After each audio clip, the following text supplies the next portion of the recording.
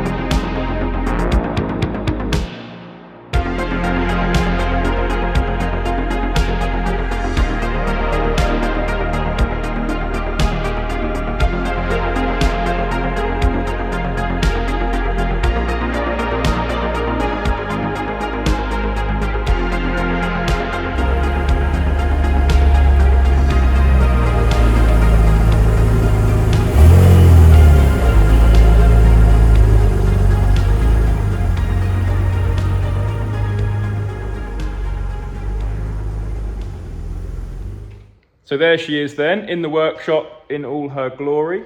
I've got the job sheet in front of me. I'm going to quickly run you through what's being done. So customer came in for the major service and brake fluid change. Major service every 4 years on these, brake fluid change is every 2 years on these. Upon a service with us, we do a vehicle health check, which is free of charge, 45-minute inspection and a little report you get itemising any advisories that need doing. Upon that, we found some bits and pieces. And here's a list. So just for context, this is a low mileage car, 39,000 miles on a 2008, which makes it 15 years old, would you believe it? So major service with spark plug change, brake fluid change, the health check, as we've just said. Right, so not groundbreaking stuff here. Crossover coolant pipes are being done because they're corroded and leaking. We'll show them when it's up in the air on the ramp. We've got, it's going for an MOT. It's got an oil pressure fault, so it keeps coming up oil pressure failure. That's going to be the sender. On the turbos, it's not as easy as it is on the non-turbo cars, so we'll show that being done. Quite a lengthy job. Driver's side window washers inoperative, needs a pair of wiper blades. The air duct on this side, someone's had it off at some point, the bumper, to do some work. Looks like condensers because they look, yeah, they are new. Someone's done those recently. They've just not fitted this correctly, and unfortunately that bumper's going to have to come off, fit that back in behind there properly, but air is getting in there rather than going to the radiators. So that's being done. We've got a leak from a chain tensioner cover plate, so you'll see that the engine being timed up and that being done. It's going for a wheel alignment after the crossover coolant pipes have been done, because of course the front subframe's coming down, so the wheel geometry will be lost. And it's getting a PCCM Plus, which we're fitting so many of. Porsche on back order, probably just because of us. So there we go. There was a couple of other advisories with the car, some suspension bits that he's not going to do just yet. We're going to do those on a second visit, and we've got some corroded turbo and exhaust fixings that we'll show you, but again, they're being done later on. Anyway, I'll stop waffling. It's quite early. The boys will be here soon. The car will get worked on, and you can see the interesting bit being done.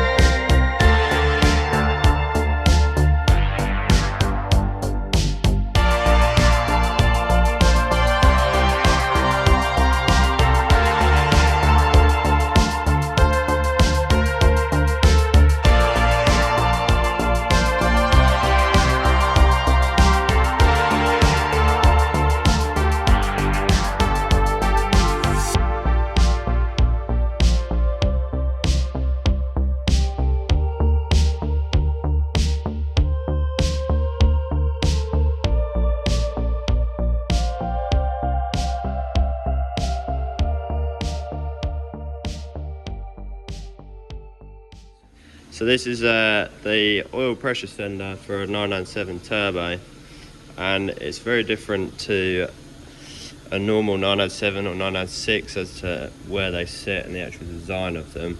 So these actually sit just down here next to that oil cooler. You can probably only just see the head of it there, or the head of the plug there, and it is very fiddly. It's got 2 bolts that hold it in. So it's quite difficult to get in there. The access is pretty bad. You actually have to remove the aircon compressor here. You also have to remove the Y pipe, and that's how you gain access to it. But we've got that all bolted in now. It's all plugged up, so we're going to get that refitted. So we're going to move on now to doing the major service for this car. So I've already changed the air filter because I had the airbox out to do the oil pressure sender. So we'll move on to draining the oil. Then we'll get the spark plugs out, get them renewed. We're doing 6 new coil packs as well with this car. And then the pollen filter and all the other trivial bits we need to do as well. So we'll crack on with this now. Draining the oil on these cars. Got one drainage point at the bottom of the engine here, and then we also have to drain the oil tank up here. So we're going to get that done, fill it back up with oil, get the filter changed over, and then we'll move on to the spark plugs.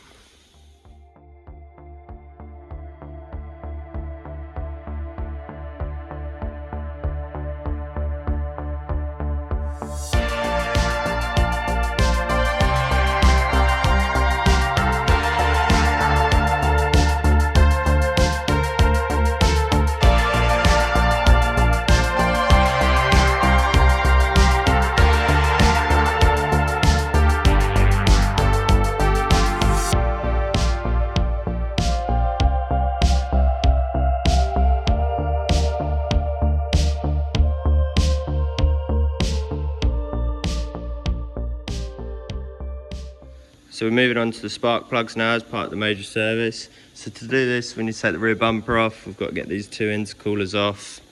And then we can pull up the heat shield and gain access to the coil packs and the spark plugs. Okay, another day has come to a close. I'm down the workshop on my own again.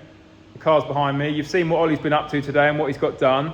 The last job that he's been doing, that's almost completed, I'll show you in a second, is the major service interval. We already spoke about it, they're every 4 years. It's also getting a brake fluid change, they're every 2 years. The components and the servicing procedures that are done are the same as on the naturally aspirated cars as they are on this turbo. So for example, I'll probably forget a couple of things off the top of my head.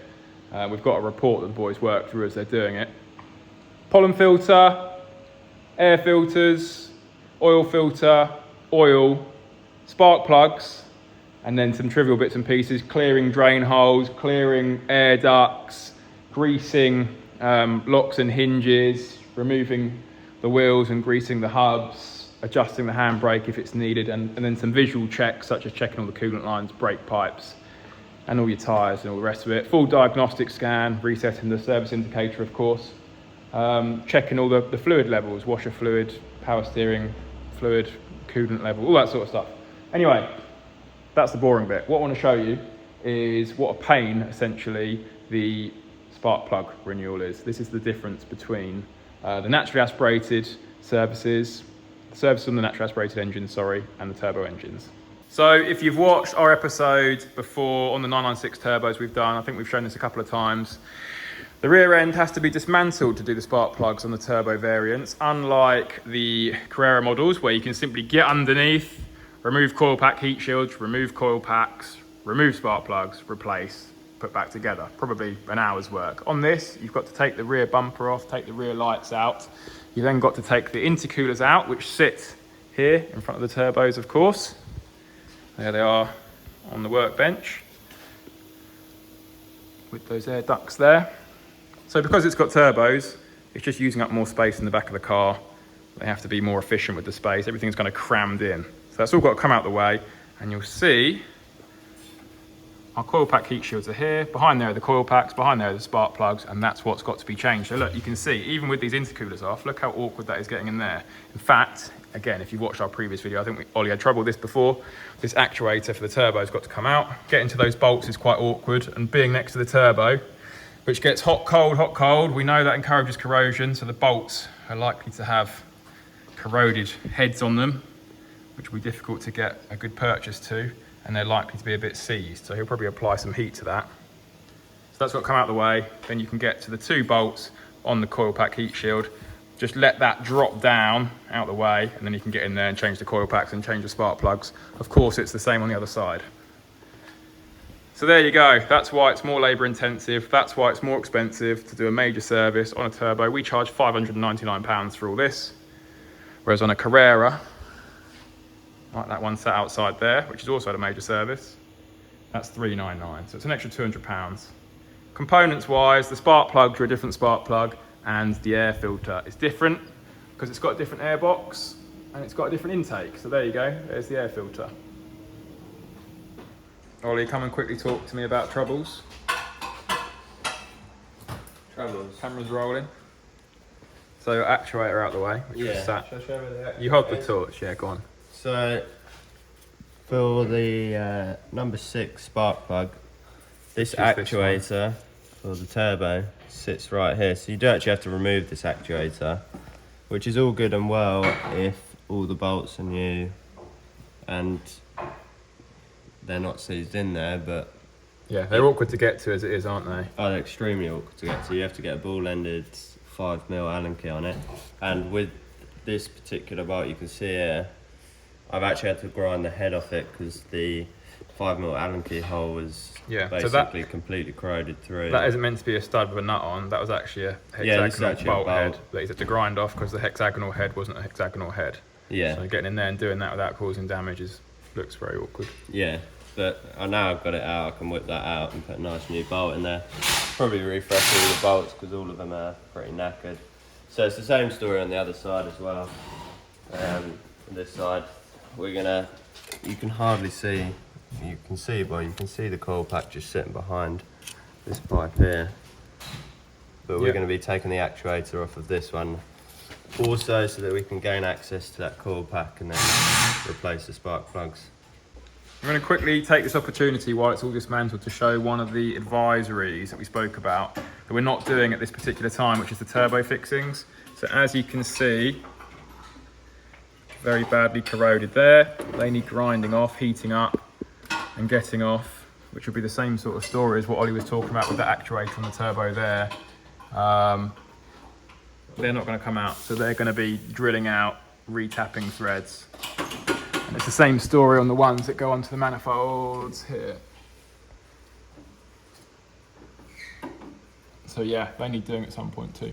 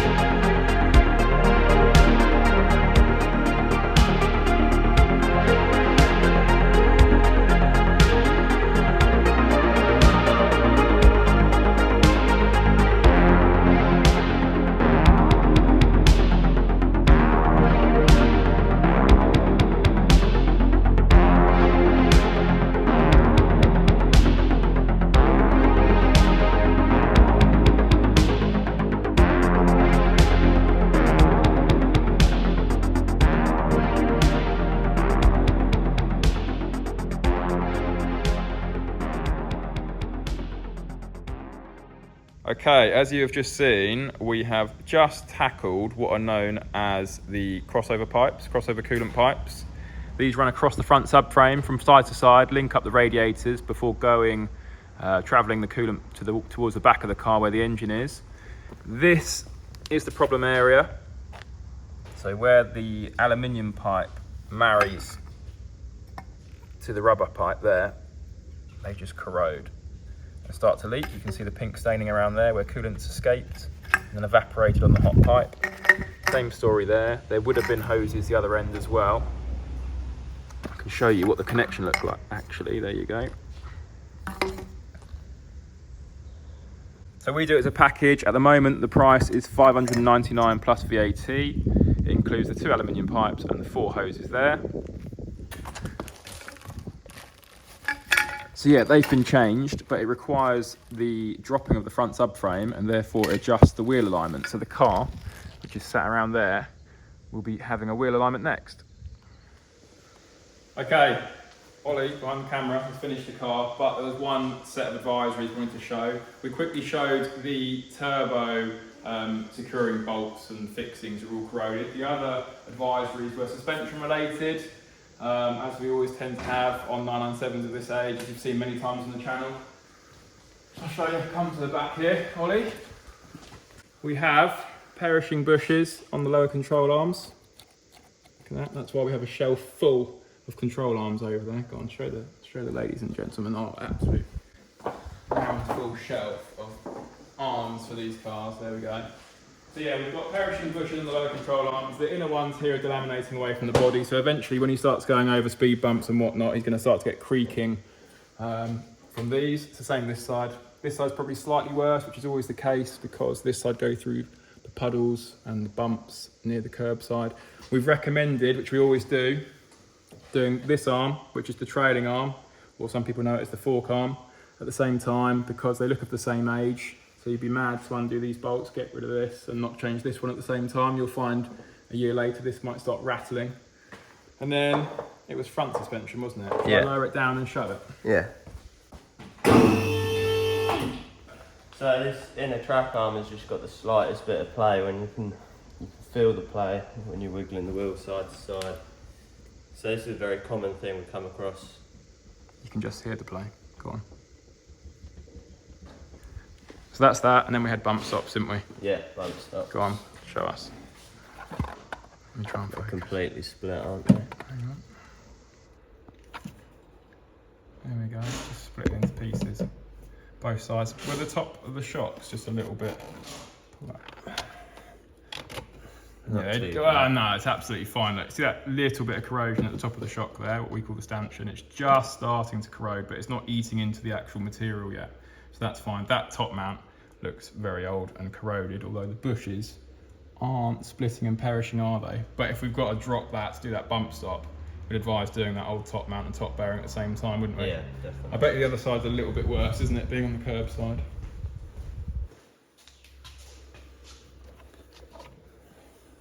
It is a little bit, actually. There you go, that corroded. Oh! Oh dear. That's more the washer though, isn't it, at the top? The spacing washer. Yeah. The bump stop's in 2 pieces, isn't it? Lovely, that's us done then, isn't it? That's a wrap. That is a wrap.